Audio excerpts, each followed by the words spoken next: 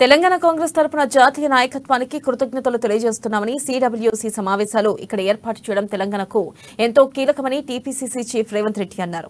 BRS, MIM, బీజేపీకి పరోక్ష మద్దతుదారులని 2024 ఎన్నికల్లో బీజేపీని ఎదుర్కొనేందుకు అనుసరించాల్సిన విధానాలపై సిడబ్ల్యూసీ సమావేశంలో చర్చించామని తెలిపారు.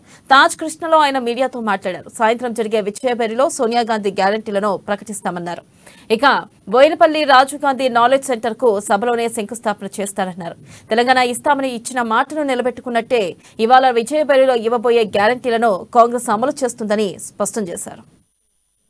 ప్రత్యక్షంగా ఎన్డీఏ ప్రభుత్వంలో భాగస్వాములు కొందరైతే బీఆర్ఎస్, ఎంఐఎం బయట నుంచి మద్దతుదారులు వీళ్ళందరూ కలిసి రాజకీయ స్వార్థం కోసం 2024 ఎన్నికలలో గెలవాలన్న ఏకైక ఆలోచనతోటి దేశానికే నష్టం, ఈ ప్రజలకు కష్టం కలిగించే నిర్ణయాలను ఏ విధంగా ఎదుర్కోవాలో నిన్న చర్చించడం జరిగింది.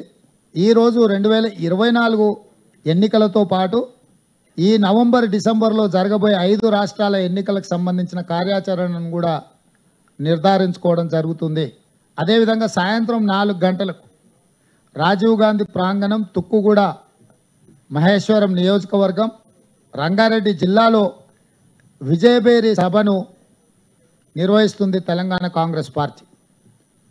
ఆ సభలో తెలంగాణ ప్రజలకు కాంగ్రెస్ పార్టీ ఇవ్వబోయే గ్యారంటీలను మా జాతీయ నాయకత్వం ప్రకటించడమే కాకుండా బోయిన్పల్లిలో ఉన్న 10.5 ఎకరాలకు సంబంధించి Rajiv Gandhi knowledge and training centre, దానికి సంబంధించిన ప్రారంభోత్సవ కార్యక్రమాన్ని కూడా అక్కడనే వేదిక మీద శ్రీమతి సోనియా గాంధీ గారు